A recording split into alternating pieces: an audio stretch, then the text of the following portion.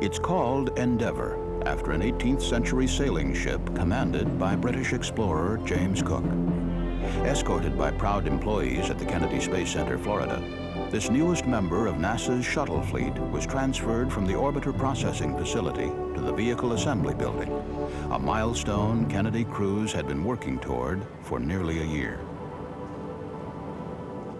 Once joined to its twin solid rocket boosters and external fuel tank, Endeavour began the 4-mile, 6-hour trip to Launch Pad 39B atop a massive crawler transporter. The new orbiter is scheduled to lift off for the first time next month. The main objective of its mission will be using this rocket motor to rescue a major international communications satellite, Intelsat 6. After leaving Earth behind in 1990, the satellite failed to separate from the second stage of its launch vehicle, preventing the firing of a rocket motor that would boost it to its intended position. Keep going. Working anxiously on the ground, Intelsat controllers were able to free the spacecraft, saving it from re-entry burnout, but leaving it stranded in a uselessly low orbit. The plan now is to have Endeavour's astronaut crew capture it with the shuttle's robot arm and bring it into the payload bay. After attaching a replacement rocket motor, they will release the satellite and move the orbiter a safe distance away. Intelsat mission controllers will then send commands to fire the booster, propelling it to the proper orbit. Pierre Thuot and Rick Heeb, the astronauts who will perform the necessary repairs, have been training underwater at the Johnson Space Center in Houston. Wrist tether, and you just kind of grab the shaft of the PFR. In addition to their work with the satellite, they will again spacewalk on flight day 6 to evaluate techniques for building Space Station Freedom. 2 additional spacewalkers, Kathy Thornton and Tom Akers, will also participate in these studies. The primary objective is demonstrating the capability to perform extravehicular activities, or EVAs, on 3 consecutive days. At Endeavour's controls throughout the flight will be Commander Dan Brandenstein and co-pilot Kevin Chilton. Mission specialist Bruce Melnick, responsible for operating the shuttle's robot arm, rounds out the 7-person crew. As rehearsed with this B-52 aircraft, Endeavour will complete the flight by touching down on a dry lake bed in California, a new drag chute helping bring to a close the orbiter's maiden voyage and the most ambitious EVA mission ever undertaken.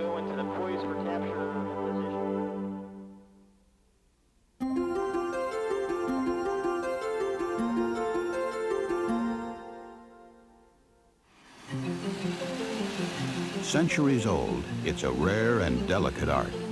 In the hands of NASA's master glassblower, Bob Harris, glass is flexible and practical, providing laboratory hardware for a variety of scientific experiments at the Goddard Space Flight Center. Using simple equipment, a lathe with hydrogen burners and carbon tools for shaping, he skillfully works a piece of laboratory tubing. To be able to manipulate the glass in a molten stage is really the hard and difficult part. You have to be able to understand the glass and its movement, both with your eye and with your hands, and be able to manipulate between the two. Harris has been building one-of-a-kind components for spacecraft and laboratory experiments for 22 years. As a scientific glassblower, Bob has been asked to build just about everything, from springs and laser tubes to the main vacuum chamber for an atomic clock. For the scientific glassblower, you basically have to pick that up from another scientific glassblower. And this is how it's been through the centuries. Unaffected by most chemicals and able to withstand extreme temperatures, glass is perfect for chemistry hardware. For Goddard scientists, the skill and experience of an on-site craftsman provides important design flexibility. This piece will be part of a large-scale ozone depletion study at Goddard's Atmospheric Research Lab. A piece of research apparatus begins to take shape. By forcing air into the closed vessel and heating only a tiny area, a blister is formed. Using the torch like a knife, Bob cuts a hole. Tubing is then inserted to form a joint. Once completed, the arm is heated, and with a quick bend, it is finished. you doing, Lou? Hey, Bob, how are you? At the Atmospheric Research Lab, Harris presents his work to Dr. Steve. Oh, that's nice, Bob. The new glassware is easily added. Collaboration between craftsmen and scientists at Goddard often extends beyond glassblowing. We'll decide on what is the best technique to actually fabricate this particular item. And in some cases, the machine shop will get involved with that. In other cases, some of the optical components in the optics section get involved in that. This mirror, 2 years in the making by the optics lab, is being checked for surface imperfections. In their free time, researchers, craftsmen, and scientists alike turn from spaceflight research to flight testing on a smaller scale. This hobby has helped Bob discover new talents. I took my scientific glassblowing, my artistic ability, and my modeling background and combined them all into what everybody sees today as my glass satellites. Delicate glass sculptures have been created for exhibits, as well as national and international leaders to represent NASA's space achievements, each of them carefully constructed using techniques perfected through years of scientific work. Glassblowing, mixing centuries-old craftsmanship with the vital scientific needs of today.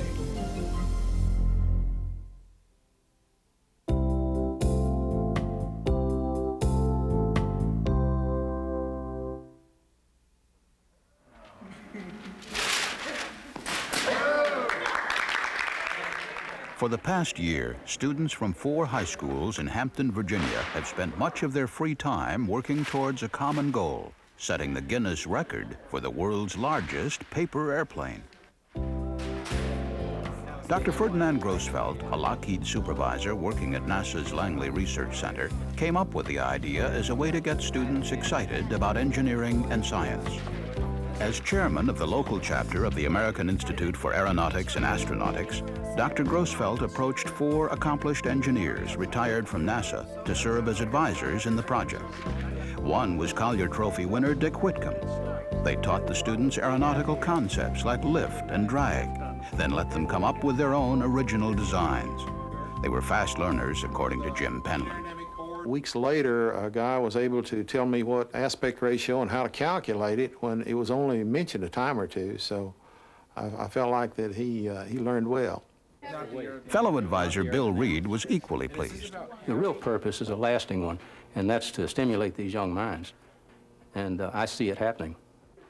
The record they were trying to break was a 16-foot wingspan flying a minimum of 50 feet. Paper and adhesives were the only materials allowed in construction. The greatest challenge was keeping the planes from collapsing under their own weight, an obstacle overcome with an innovative tube rolling technique devised with the help of Hewitt Phillips. Fly-offs in the Hampton City School's gym were used to evaluate student concepts. Although this 18-foot version seemed capable of breaking the record, the students decided to work towards an even larger model in case someone established a new mark before their attempt. As part of the project, the students visited NASA Langley facilities, including this subsonic wind tunnel, where they participated in an aerodynamic study involving a scale model of a transportation aircraft. Thanks to Virginia Soaring, they were also able to experience firsthand the forces on a giant paper-like plane, taking rides in a glider piloted by NASA contract engineer Mohamed Tekalou.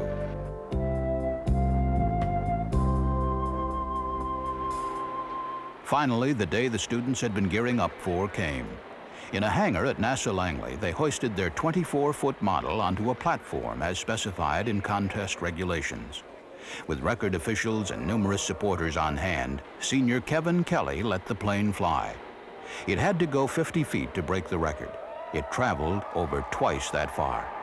And the students weren't done yet. With Will Perry doing the honors, they broke their own record using this 28-foot version.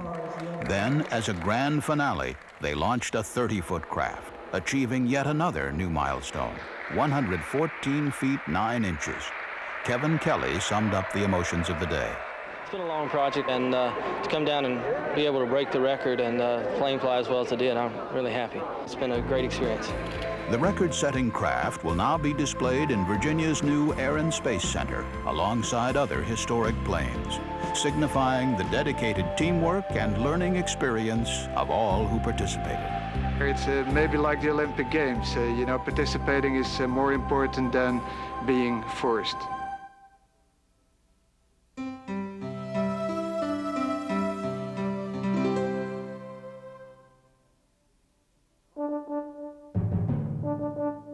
From its beginning, the space program has given us images that are benchmarks of America's technological achievements, capturing the symbolic moments and giving us an eloquent record of the human journey. Bill Taub was able to capture the essence of the space program in his work. From the time NASA began in 1958 through the last Apollo flight in 1975, he photographed every significant aeronautics and space event. Bill likes to joke that he was a photographer for NASA even before the agency was formed. In the 1940s and 50s, he worked as a wind tunnel photographer for the National Advisory Committee for Aeronautics, NACA, in Langley, Virginia. After hours, Bill worked alone, setting up his bulky 8x10 camera in the cavernous tunnels. This pioneering work let the public see aeronautical research as never before. The first pictures that I made were more or less general wind tunnel type photographs. And I would look at these and I would see a way to make them a little more artistic. In 1958, NACA became NASA, and Bill Taub was sent to Washington, D.C. as the agency's senior photographer. He was assigned to the original 7 astronauts, covering all aspects of their lives. Alan Shepard, the first American in space, looks back on the early days. We were really pioneering in so many ways, and even the training exercises, there was tension. And I think Bill captured that. He captured the spirit of the occasion extremely well. But he was a member of the family, and not only in the early days, but for over 30 years. During much of the training, closed-door engineering meetings, and missions, Bill was the only photographer allowed access. There was pressure to capture the moments that said it all. John Glenn made history the day he entered his Mercury capsule. Taub knew he had to provide coverage that would satisfy photo editors all over the world. He did. During his career, he received many awards, among them Photograph of the Year for coverage of Gordon Cooper's flight in 1963. In 1969, the world watched as astronauts Armstrong, Aldrin, and Collins carried out America's first mission to the moon. They became instant celebrities.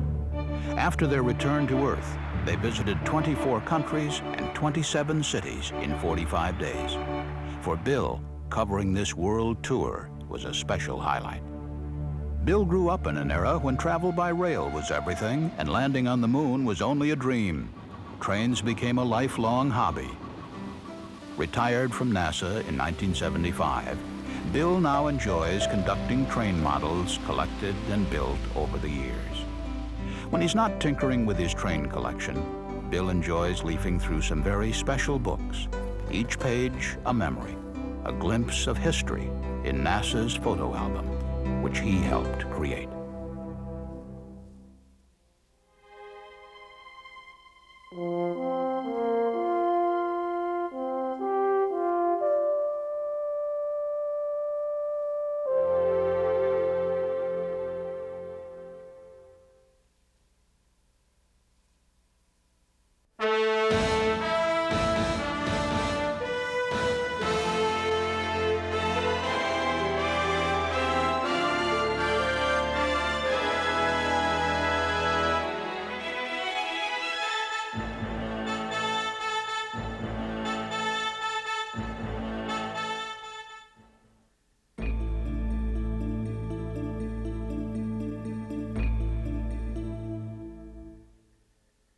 Discovery Houston with you through Hawaii, and we've got... America's shuttle fleet is playing a vital role in preparing people and machinery for a more permanent presence in space. Space Station Freedom. Shuttle is On-orbit testing of new hardware like this restowable solar array has helped engineers design lightweight, compact structures for the station. Astronauts also gain knowledge in handling large objects and connecting space station-like components. Even devices for transporting crew members along Freedom's 350-foot truss have been tested. On several occasions, the shuttle's payload bay has been converted to accept Space Lab, similar in design to the scientific laboratories planned for Station Freedom. Here, life science experiments focus on the body's adaptation to weightlessness. Without gravity, bones and muscles deteriorate rapidly. Astronauts conduct research to find out why and test possible countermeasures to prepare for extended stays aboard Freedom. Microgravity research gives America a competitive edge in today's high-tech marketplace, providing valuable new developments in such fields as materials, electronics, and biosciences. For example, protein crystals can be grown larger and more uniform in space. Researchers want to unlock the molecular structure of proteins, large molecules that perform many key functions in our bodies, so they can design drugs targeting specific diseases and viruses. Shuttles spend only a few weeks in Earth orbit, while Space Station is designed for a long-term stay. Its state-of-the-art laboratory will house more than 100 scientific instruments, including those to develop better alloys, more efficient semiconductors, and solar energy systems. This research will revolutionize our way of life in the same way the Apollo era gave us technology for computers, laser surgery, long-distance calling, and even ATM machines. Already, prototype components are being built and tested.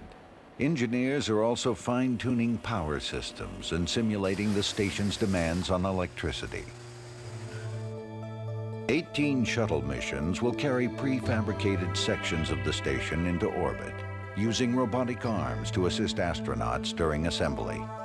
Once completed, a single habitation and 3 laboratory modules will be clustered together, shared by the United States and its international partners, Canada, Japan, and 13 European countries. Freedom's 4-person crews are scheduled to spend 3 to 6 months at a time living, working, and observing from its unique vantage point. The station will regularly be visited by shuttle, ferrying food, supplies, and new scientific experiments from Earth.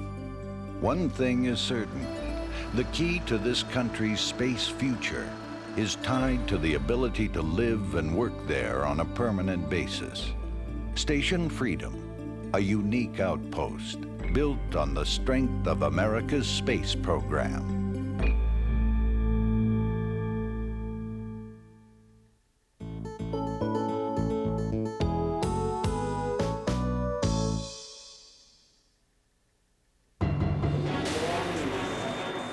Every year, nearly 500,000 Americans suffer sudden cardiac arrest. The heart begins to beat erratically, losing its ability to pump blood. Often the only hope for survival is a defibrillator, sending electrical shocks to the heart that can restore normal rhythms. In the past, those fortunate enough to live through an episode like this faced more bad news. A 50-50 chance of it happening again within 2 years. Today, these odds can be reduced to about 2%, thanks to this automatic implantable cardioverter defibrillator, or AICD. Incorporating a variety of NASA-developed technologies, the device consists of a pulse generator and a series of wire leads all implanted in the body. The generator, about the size of a deck of cards, is inserted under the skin in the abdomen. Leads connected to the generator are sewn onto or placed inside the heart. Once implanted, the AICD continually monitors cardiac activity, delivering corrective electrical shocks anytime erratic rhythms occur. According to Dr. Rick Veltri, Chief of Cardiology at Sinai Hospital in Baltimore, more than half of the 250 patients he has treated with the device experience a shock within the first 2 years. If we equate that first shock as being potentially a life-saving intervention, then obviously 60% of those patients would not have lived to tell about it. Michael Lederer is one of these patients. He runs his own heating and air conditioning company. Mike describes the shock his implanted device delivers as akin to a kick in the chest. Not pleasant, but something you recover from quickly. His job requires spending time at different construction sites. His active lifestyle, both in and out of the workplace, made the AICD a logical choice. Physically, I'm doing the same thing I always did. I've been thrown off my lawnmower, and I've played golf, and I've volleyball, and I've been knocked down, and what have you. It's no effect. I'm glad I got it. The AICD is manufactured by Cardiac Pacemakers Incorporated, St. Paul, Minnesota. Microelectronic, microcomputer, battery, and telemetry technologies originally developed for the space program are all incorporated. Dr. Morton Maurer, a vice president at CPI, is co-inventor of the device. Our work with the device actually was in the same time period as the putting a man on the moon and bringing him back safely within 10 years. And it was the push that this gave to science and engineering, which finally benefited the device. There are currently over 25,000 people like Don Gallagher who have received AICDs and a new lease on life. I can't imagine the circumstances where a person wouldn't want to live, and certainly it's a device that gives you the opportunity to continue living. Every time it goes off, literally, it saves your life, and mine's gone off almost 50 times in the 4 years. So it definitely saved my life on many occasions.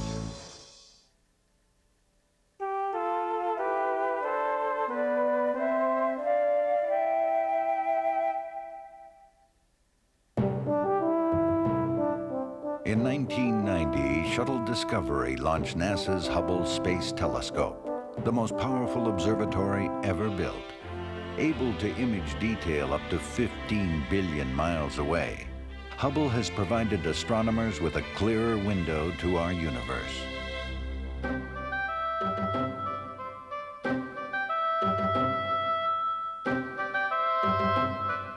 Soon after Hubble was deployed, scientists discovered an aberration in the 94-inch primary mirror. Even so, the huge spaceborne telescope has been returning a steady stream of new information, particularly with the aid of computer enhancement. Similar processing has been used on data from other spacecraft, like Voyager, which traveled past the planets. Enhancement now brings out more detail for Hubble scientists. This is the telescope's original image of a galaxy 52 million light years from Earth, as it is cleaned up to its final version. Here, light pulses in a straight line between Earth and a distant quasar. Years ago, Albert Einstein suggested that if a uniform object crossed the path, light would bend into a ring. But if the object were not uniform, the ring would break up into 4 patches. Known as the Einstein cross, Hubble's image reconfirmed this part of Einstein's theory of relativity. Hubble also showed scientists a celestial X, marking the exact spot of a black hole with the possible mass of 1 million of our suns. Astronauts are already training to fix the Hubble mirror problem during a shuttle service call scheduled for late 1993. By substituting a special component in the telescope, the aberration will be repaired. Called CoStar, this corrective optics package contains a series of mirrors that work like contact lenses to restore Hubble close to its full imaging potential. In a clean room at NASA's Goddard Space Flight Center, technicians also practice removing the spacecraft's star tracker, which helps point the telescope.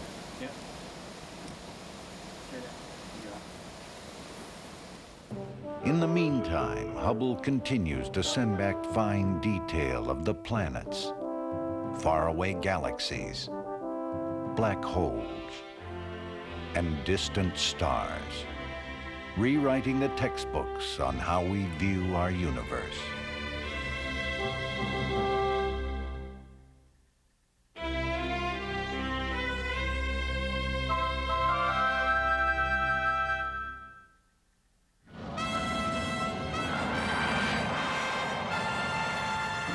It will take off from an airport runway, achieve speeds over 17,000 miles per hour, and fly directly into low Earth orbit.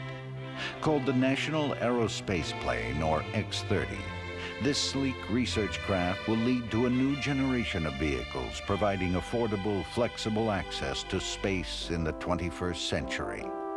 To help ensure that this high-tech concept becomes a reality, a group of about 50 engineering students, faculty members, and technicians at Mississippi State University set out to build a 1/3 scale mock-up of the aerospace plane. They were selected for the job in a competition open to all 350 engineering schools around the country. The goal was to create something that would help communicate what the X-30 is all about.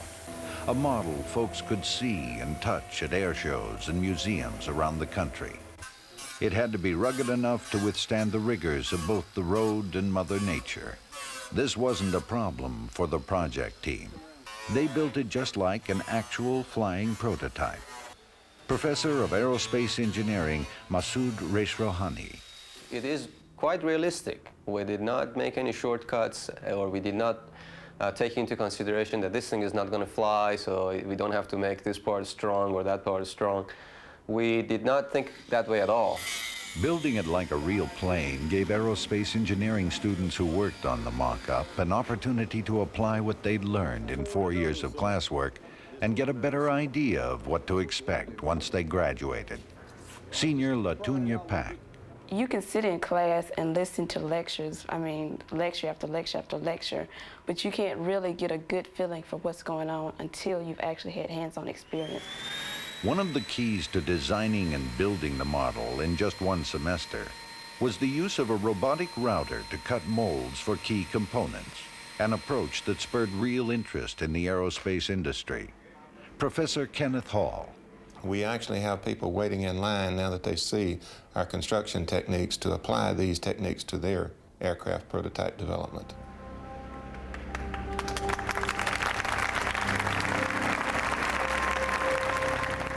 At a ceremony in the school hangar with some 500 supporters on hand, the 50-foot, 5,000-pound mock-up was presented to the public for the first time.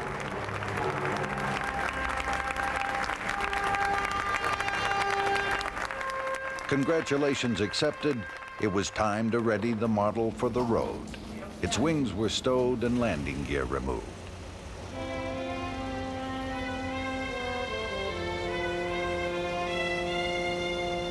Once loaded onto a large flatbed truck, the 2.5-ton mock-up was bound for its first air show, beginning a journey that will help usher in a new era of space travel.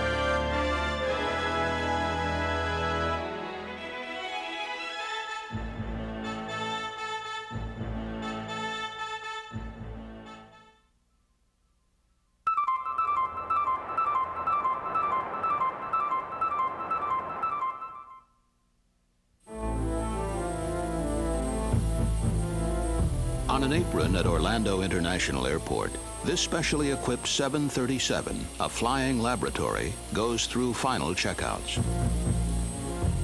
A nearby Doppler weather radar station detects thunderstorms in the area. Bad news for most air crews, but a great day to fly for a team of researchers from NASA Langley in Virginia. Their mission, evaluate systems that would warn pilots about approaching wind shear, strong, potentially hazardous currents of air that can accompany storms. The best way to do it? Fly right through them.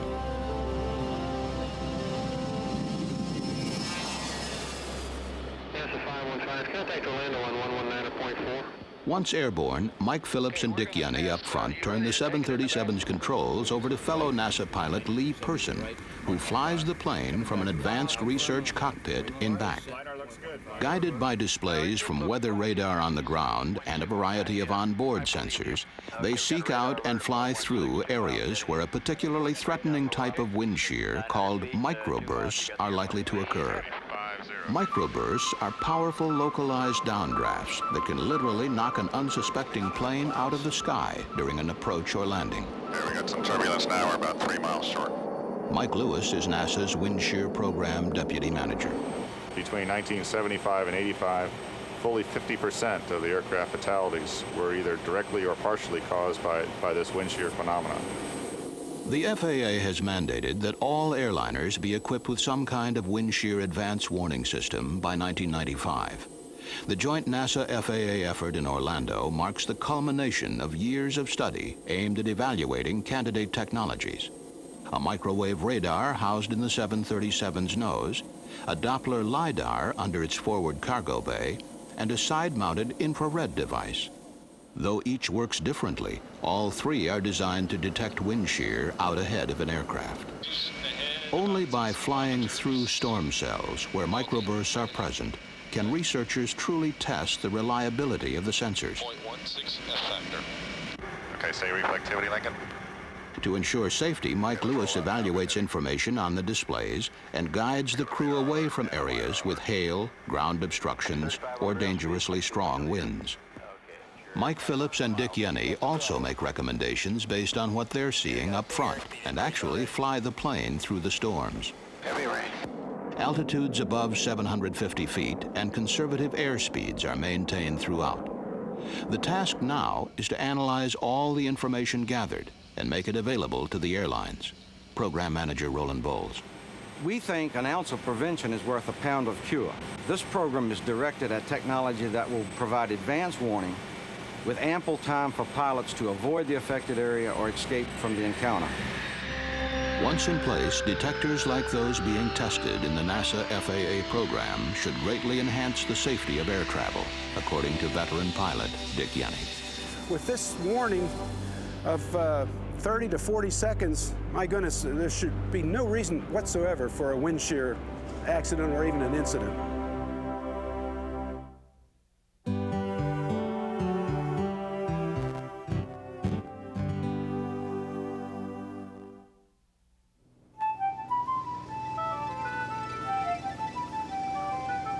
This is the Columbia Basin region of Oregon. Circular field after circular field, a highly productive farming area. Although a variety of crops are grown here, potatoes are the region's most important agricultural product. Many farmers grow potatoes on only 10% of their acreage, but they often produce as much as 50% of their income. While offering the greatest potential for profit, potatoes are also a risky crop to grow, susceptible to a variety of insects and diseases. Properly functioning sprinkler systems, applying just the right amounts of water and fertilizer, are critical.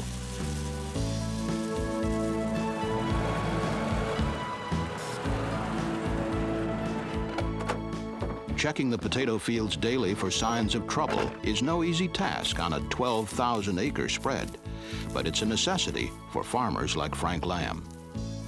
His Eastern Oregon Farming Company produces up to 150 million pounds of potatoes a year, enough to put one on every plate in America.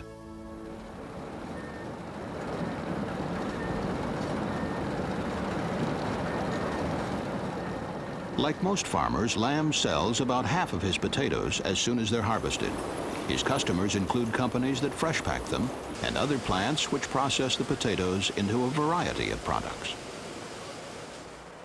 The rest of Lamb's crop, about 45,000 tons, is stored in cold, dark buildings like this for sale between harvests. The decisions a farmer makes as to when to sell these stored potatoes can make or break his operation. That's why Frank Lamb started Cropix, a small company using NASA image processing technology to help farmers make informed marketing decisions.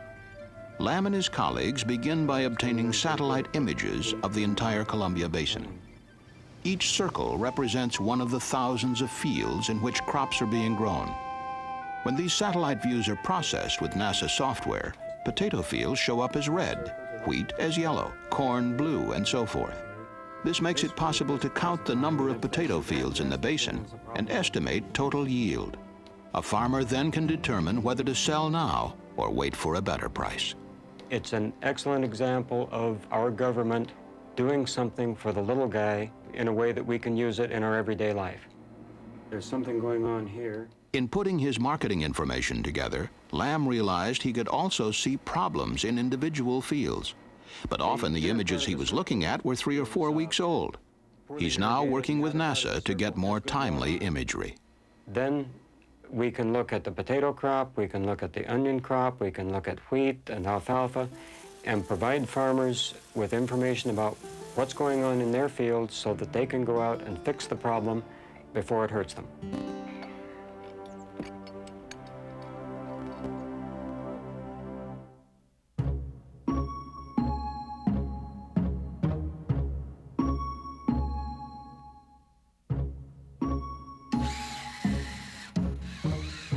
Someday, tiny probes like these may land on the surface of Mars and fan out in all directions, collecting information for future human explorers. September 1992. A variety of prototypes landed on the mall of the nation's capital. Rover Expo drew robots and crowds from all over the world. For this purple 8-legged version called Dante, the mission is not to Mars, but the next best thing, Antarctica.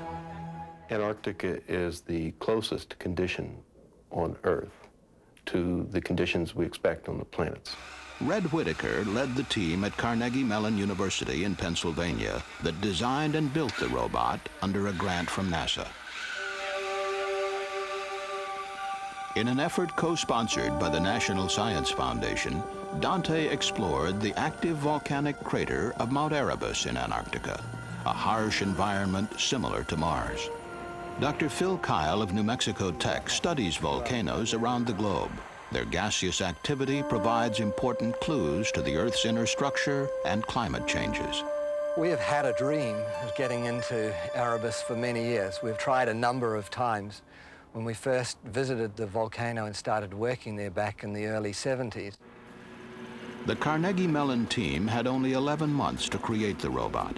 With no time for prototypes, Dante went from three-dimensional computer simulations directly to the machine shop. Computerized foot sensors allow the 1,000-pound robot to step delicately through its environment. A laser-ranging device and depth perception cameras allow mission scientists to control Dante. But the robot has artificial intelligence.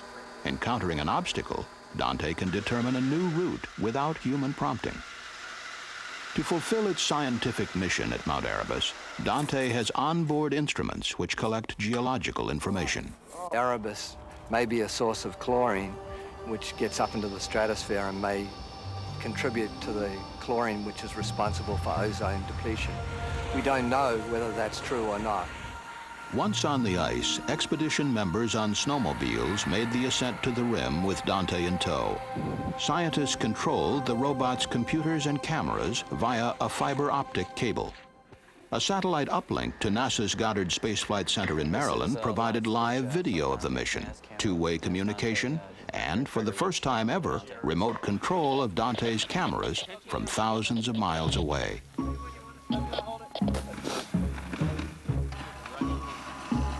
Dante began inching its way into the crater, recording each movement with its cameras. 10 meters away from the launch platform.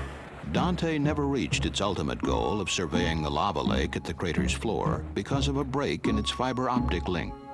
Even so, researchers developed new robotics technology that will pave the way for human exploration of the planets and advance our understanding of Earth's atmosphere.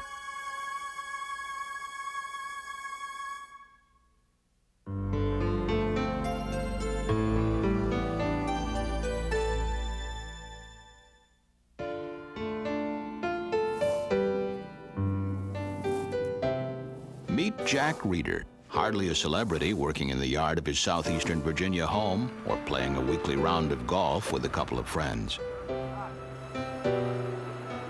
But in the hangar at NASA's Langley Research Center, interacting with pilot Lee Person, Jack's in his element, a place where he's very well known and respected.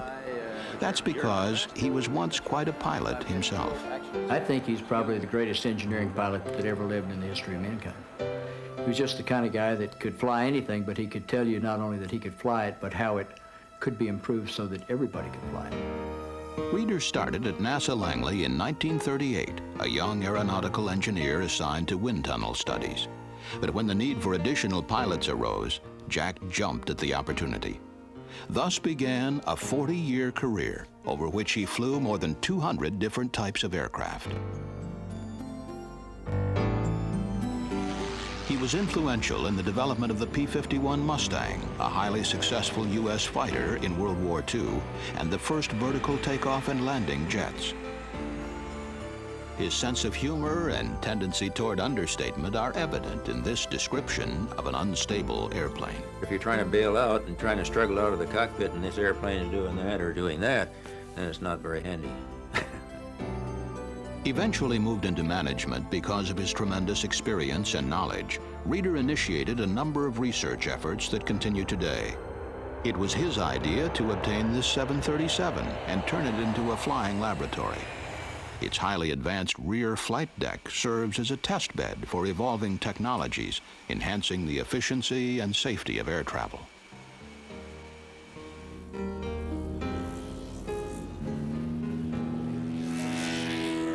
Now 76 years old, retired, and grounded by a car accident, Jack's love for flying remains strong.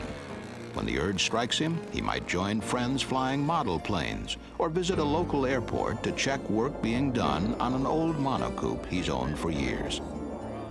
He is also documenting what is in many cases a unique understanding of certain aircraft for generations to come.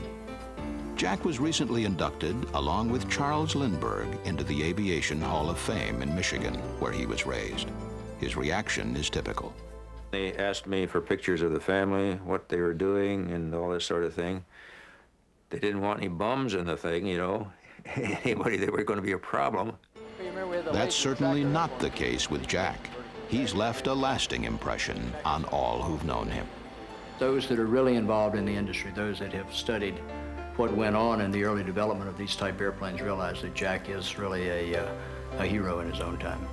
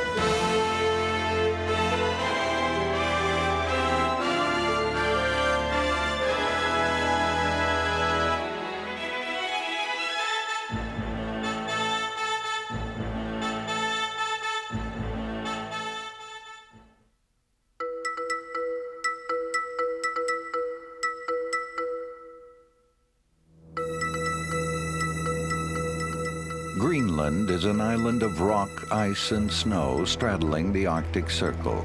The few people who live here are clustered in isolated towns and fishing villages that cling to the craggy coastline. For miles and miles, there is nothing but ice. These giant glaciers serve as a barometer of world climate. Hidden in their layers are records of the Earth's climatic history. Sea level has probably risen by something between 10 and 20 centimeters over the last 100 years. The most that we expect sea level to rise over the next century is perhaps by about a meter. NASA program manager Dr. Bob Thomas leads a team of scientists seeking answers. Why is the sea level rising? Will it rise more rapidly in the future? Is the Greenland ice sheet growing or shrinking? By monitoring changes in the ice sheet, NASA researchers hope to find answers. Perhaps the obvious way of testing whether these ice sheets are growing or shrinking is to measure their height. We now have the possibility of doing this from an aeroplane. To gather data, this vintage P-3 from NASA Wallops Flight Facility was retrofitted, making it a state-of-the-art remote sensing laboratory.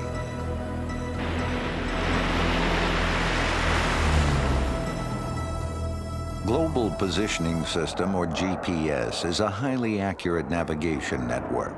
It allows pilot Virgil Rabine to align the plane with a predetermined course for the aerial survey over the ice cap.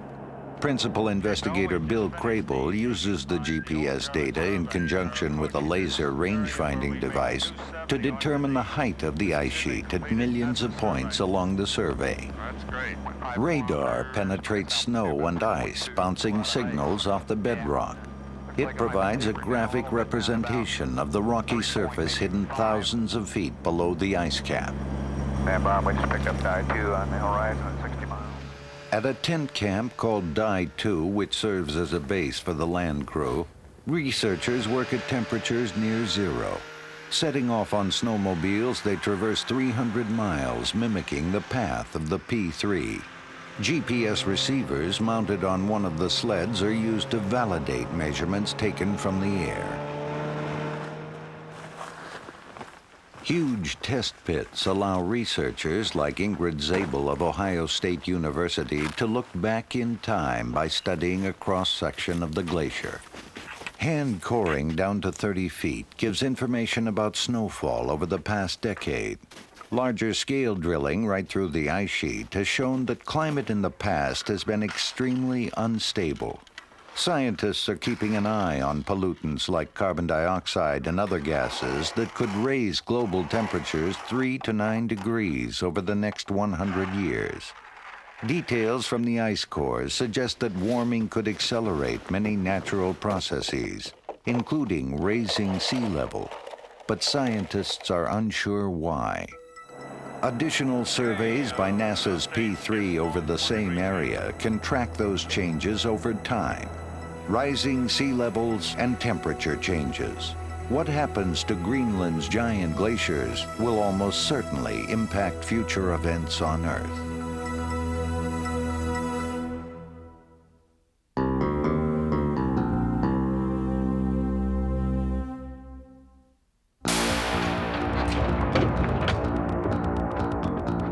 Their job is search and rescue. But until the early 1980s, these crews often had little to go on. This changed when locator beacons became mandatory on small boats and planes. In an emergency, the beacons emit a signal that is picked up by a series of satellites and relayed to search and rescue forces. This NASA-initiated effort has saved more than 3,000 lives over the past 10 years. But in situations where a locator beacon doesn't activate, rescue teams are again forced to cover sometimes thousands of miles, hoping to spot the missing craft before it's too late. Unable to identify any objects below but definite broken trees. Looking for a way to increase the odds of success in these beaconless searches, researchers from NASA's Goddard Space Flight Center made their way into an isolated, heavily forested area called Crystal Springs Watershed near San Francisco. As part of an ongoing experiment, their mission was to drop off a plane wreck. This particular wreckage was positioned just down a dirt road from another which had been hauled in some time ago.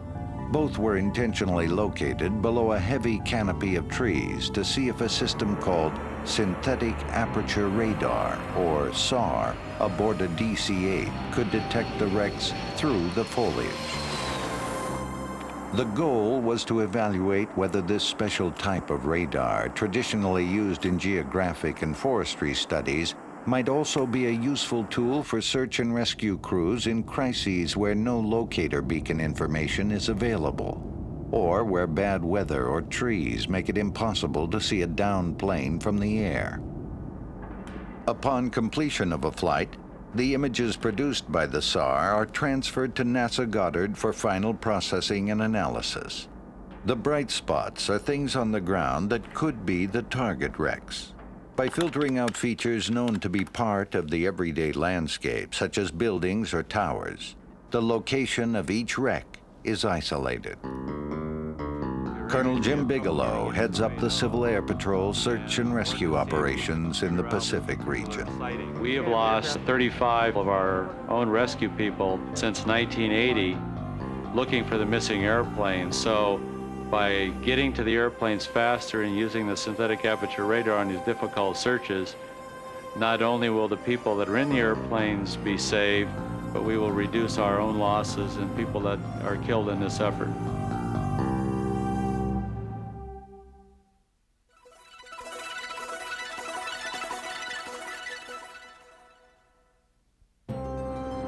South central New Mexico is home to the White Sands Missile Range, which has been testing scientific payloads since the 1950s.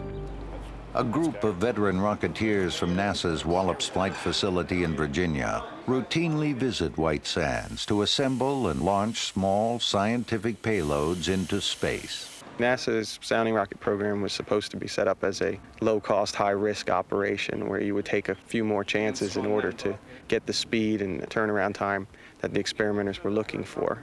Fortunately, we tend to be a low-cost and pretty high reliability operation. Aerospace engineer Bob Spagnola is in charge of assembling the rocket. Multiple segments that control vehicle ignition, guidance, telemetry, recovery, plus an X-ray telescope, all fit together to make up an 18-foot payload. Everything is tested before assembly on a shaker device to duplicate the vibrations and rigors of launch. Simulations are used to activate the payload's protective door, revealing the telescope's sensors. The ability to go into space provides sounding rockets with a unique view, clear of the distorting effects of Earth's atmosphere. While they escape the bounds of Earth for just a few minutes, that's long enough for University of Colorado graduate student Dennis Gallagher. We only get 5 minutes of observation time, and it's still worth it in that short a time to collect data on these targets that hopefully could direct how to do the bigger instruments that take many, many years and many more dollars. He designed the mission to collect information on a binary star. The twin star, called Scorpius X1, has an intense gravitational field which heats matter to millions of degrees. The sounding rocket's telescope is able to read X-rays coming from it, providing data on the star's physical makeup. Fully assembled, the half-ton of instruments are stacked upon 2 tons of rocket motors, and the count begins. Set. 4, 3, 2, 1, 0, +1, missile away, +2. Throughout a flight, scientists take data for 7 minutes before the payload starts plummeting back to Earth. It lands downrange 50 miles from where it was launched. At first light, helicopters deploy for the recovery. Today, the crew is lucky. The payload is intact with barely a scratch on it. In no time at all, it's unbolted in manageable sections for flight back to the installation. After changes and improvements, most payloads end up flying over and over again. It's a low-risk way to launch experiments into space quickly and at minimal cost.